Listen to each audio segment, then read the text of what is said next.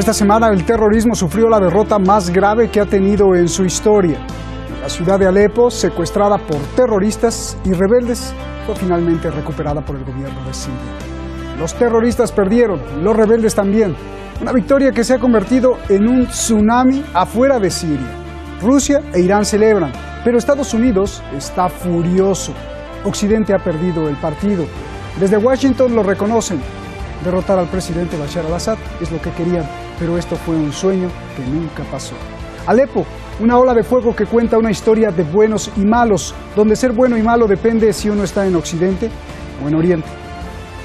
Soy Roberto de la Madrid y esta noche aquí en Detrás de la Razón, Alepo, la paradoja del ser humano entre el poder y el terrorismo.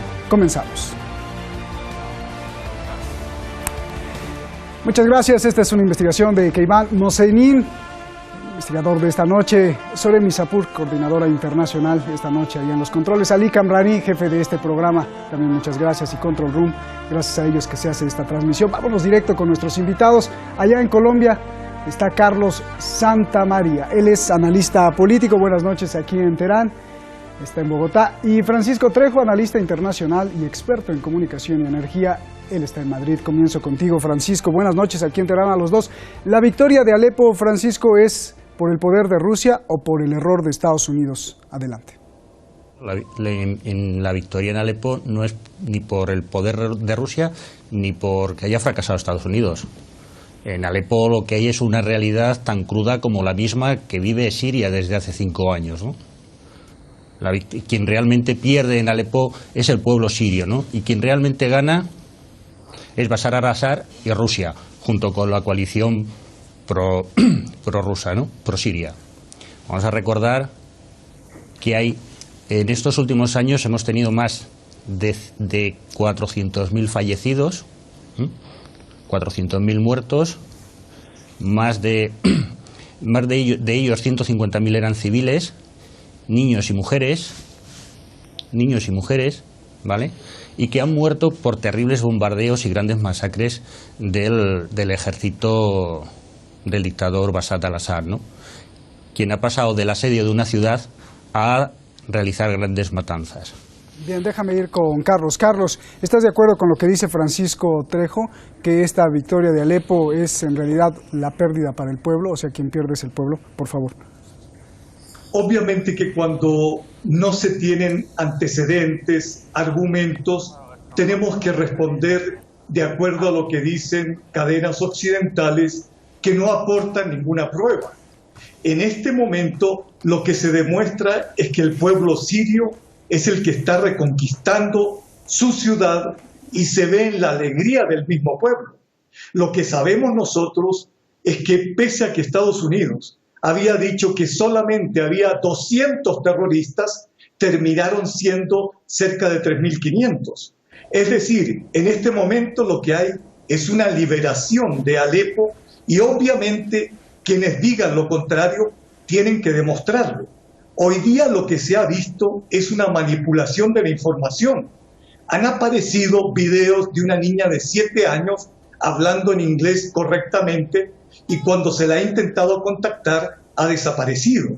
Han entrevistado a 4 supuestos civiles diciendo que se sienten muy mal y que ya no podrán hablar porque van a ser fusilados. Y resulta que los 4 tienen páginas en Facebook y están con Al-Nusra.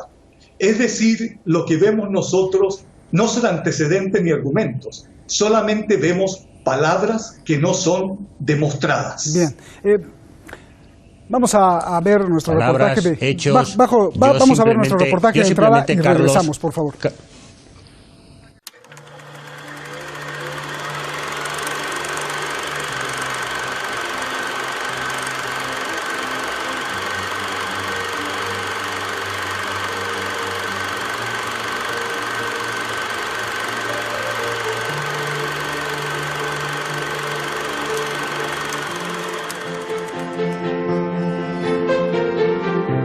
Esta es la historia de Alepo. Así el gobierno de Siria volvió a recuperar su control.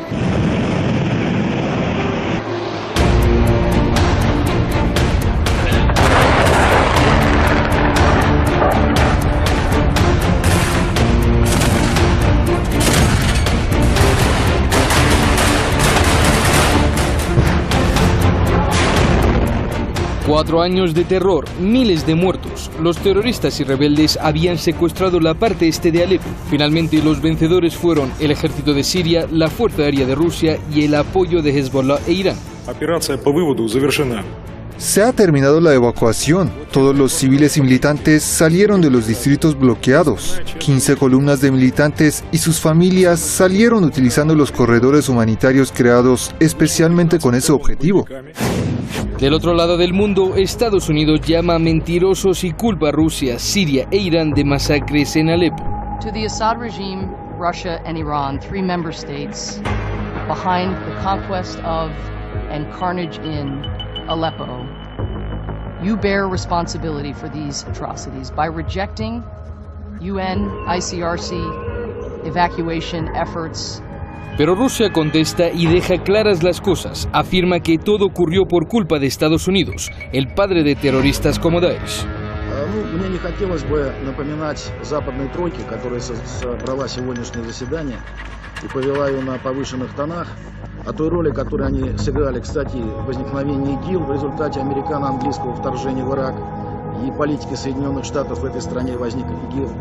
Не хочу напоминать о той роли, которую сыграли эти 3 страны в раскручивании сирийского кризиса, который привел к таким.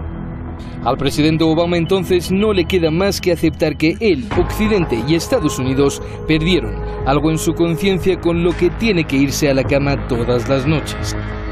Because I'm President of the United States, I feel responsible. I ask myself every single day, is there something I could do that would save lives and make a difference? Pero aunque Estados Unidos quiere culpar al gobierno sirio como el propio demonio, la realidad es muy distinta y esta es una prueba.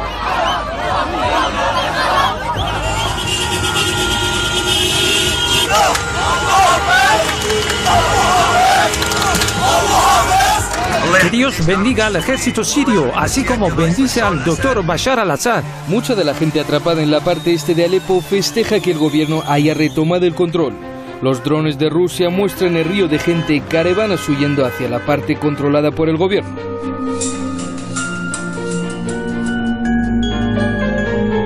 La evacuación se logra también a un diálogo entre rebeldes y fuerzas de Rusia y Siria para crear treguas y rescatar a civiles como estos huérfanos que piden ayuda. Mediante esto se realizó la evacuación de miles de personas de Alepo, muchos de orientación rebelde hacia Idlib. Rusia informa que hasta ahora han salido de la ciudad más de 9.500 personas, incluyendo más de 4.500 milicianos y 337 heridos.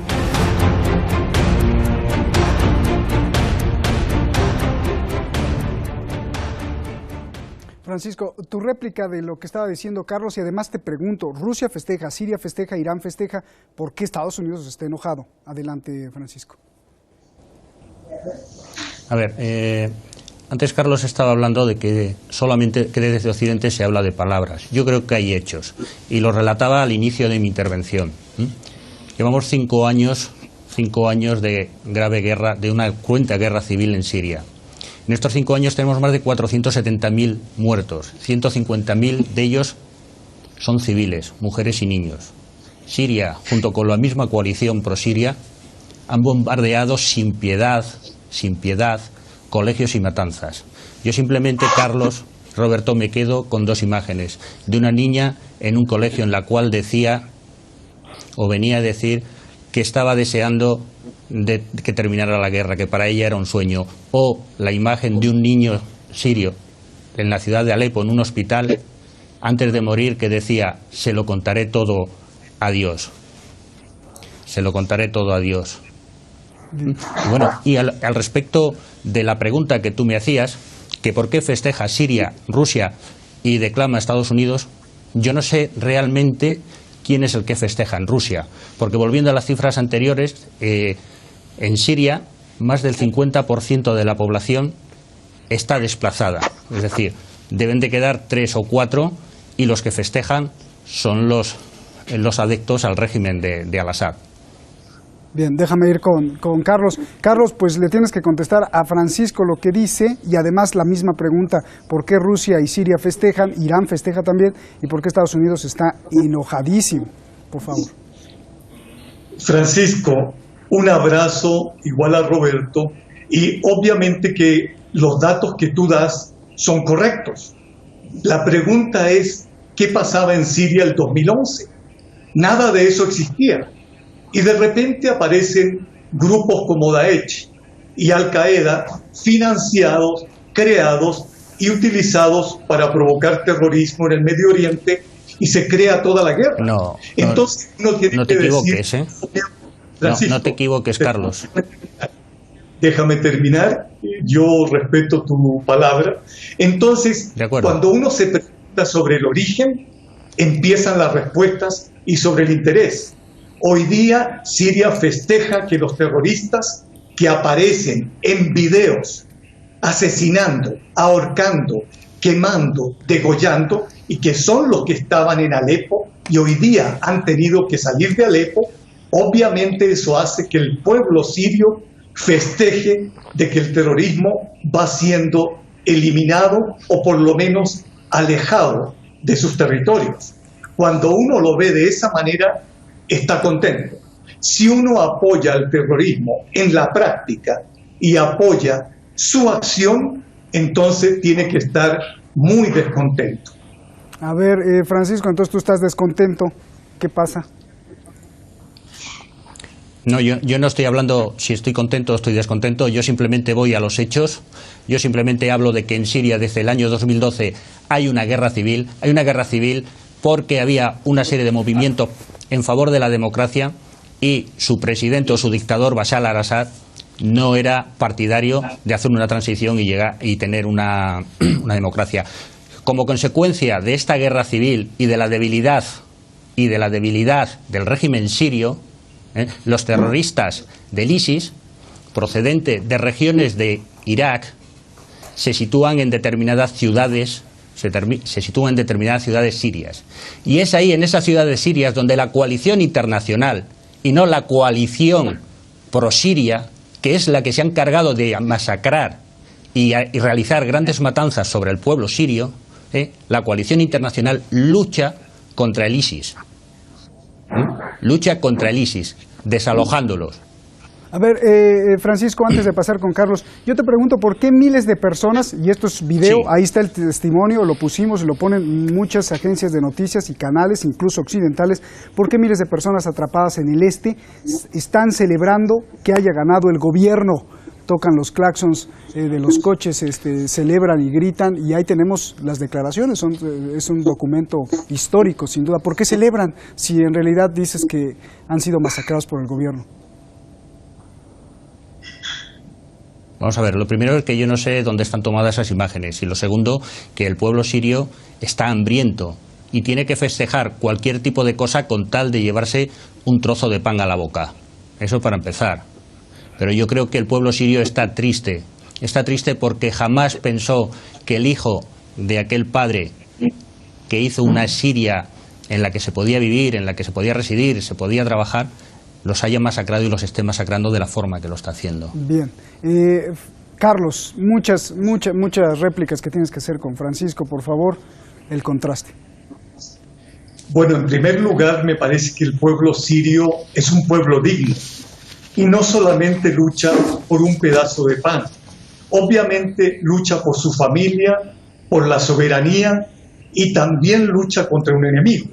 En este momento la coalición internacional, ¿qué puede mostrar al mundo? Prácticamente nada, exceptuando que ha asesinado civiles con drones, que ha asesinado soldados iraquíes, seguramente, y seguramente, ¿cierto?, ha asesinado soldados sirios. Hay dos hechos que se han pasado a nivel internacional y el mundo los conoce. 80 soldados sirios cuando ataca el Estado Islámico. Los soldados en una guerra no se asesinan, se matan entre ellos. Por tanto, Francisco, tranquilo, Francisco, yo te escucho con todo el respeto. No, entonces, estoy tranquilo. Sí, lo que uno tiene que dar son hechos. Dame datos concretos, dame hechos concretos, y allí uno puede decir, él tiene la razón. En este momento la coalición internacional no tiene ninguna victoria que pueda demostrar frente al Estado Islámico o al Nusra. Por el contrario, nosotros sabemos que le dio la información a estos grupos que no atacaría al Raqqa sino hasta primavera. Esa es una información estratégica que permite que esos grupos puedan atacar Palmira. Estos son hechos concretos, evidentes. Mientras no se puedan desvirtuar, es la verdad. Bien, Francisco, ¿por qué el general David Richards, el ex jefe del Estado Mayor del Reino Unido, hace unas horas aseguró que el Occidente ha sido derrotado en Siria? Lo dijo David Richards, del Estado Mayor del Reino Unido, por favor. A ver, sí, lo ha dicho David Richards, como lo puede decir la mano derecha de Bashar al-Assad o el contingente ruso que están celebrando la victoria. No sé quién es ese señor y ya forma parte de lo que fue el ejército, de lo que es el ejército británico, ¿no? Con lo cual, la credibilidad que pueda tener David Richards, desde mi punto de vista, queda en duda, ¿no? Aquí lo que yo creo que avanzamos un poco más, y aquí quien realmente sale beneficiado de todo esto, aparte del régimen de Bashar al-Assad, es Rusia, ¿no? Rusia, con esta victoria, lo que está buscando es cubrirse las espaldas en una guerra futura, pero no en una guerra armamentística, ¿no? Sino en una guerra económica y petrolífera y gasística, ¿no? Antes planteabas que cuál iba a ser el futuro, más o menos, esto, o por dónde íbamos a salir, ¿no? El tema de este es que Siria se va. Bien, déjame ir con Carlos mientras da un respiro. Carlos, yo te quiero preguntar, ¿cuál fue la estrategia de Vladimir Putin para adjudicarse esta victoria? ¿Y qué hubiera pasado si Estados Unidos, en vez de lanzar bombardeos débiles contra los terroristas con su coalición, hubiera también entrado a bombardear de lleno Alepo como lo hizo Rusia? ¿Qué hubiera pasado, por favor? Obviamente hubiera sido muy importante para el mundo, puesto que Rusia y Estados Unidos juntos pueden destruir, con el apoyo de Irán, de Hezbollah, de Siria, de los pueblos del Medio Oriente, al terrorismo mundial. Es decir, hubiera sido la solución definitiva. Sin embargo, quiero hacer una precisión importante. El general Richard fue un ex militar que el año 2012 le planteó al gobierno británico y al gobierno estadounidense su plan, y el cual no fue aceptado. Él le planteó al gobierno, con el poder que tenía, que había dos alternativas. Una, derrocar a Bashar al-Assad, o dos, trabajar con él.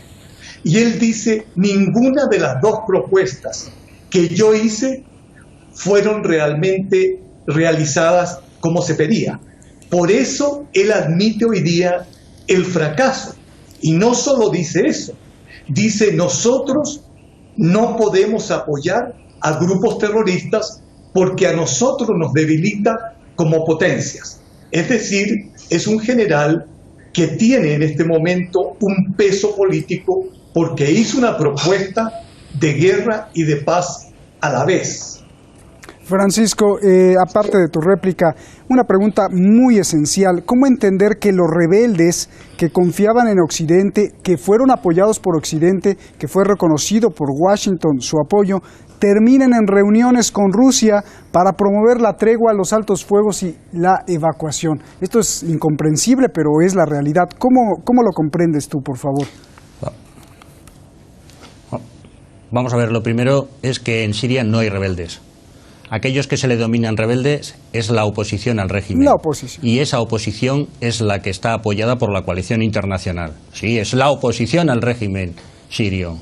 Aunque no te guste escucharlo, Carlos, es la oposición.